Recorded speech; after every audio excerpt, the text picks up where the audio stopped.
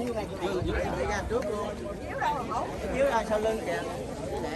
Ơi, cứu hộ giùm coi. Chưa đây nè. Rồi bảo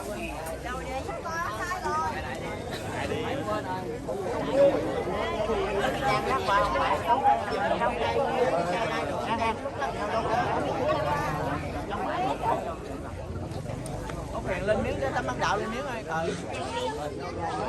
Rồi ai có tan vô trong đó quỳ đi. Có tan sáng được quỳ đi. Có con sáng quỳ xuống ai quỳ được thì đớt. Ra xong vô. Con chùa Loan là phải vô, con ở sao?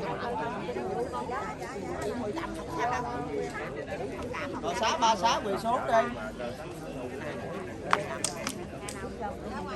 Con đứng ở dưới á, đừng đứng Để có xe mà không sao đâu. đây nè, con đứng nè.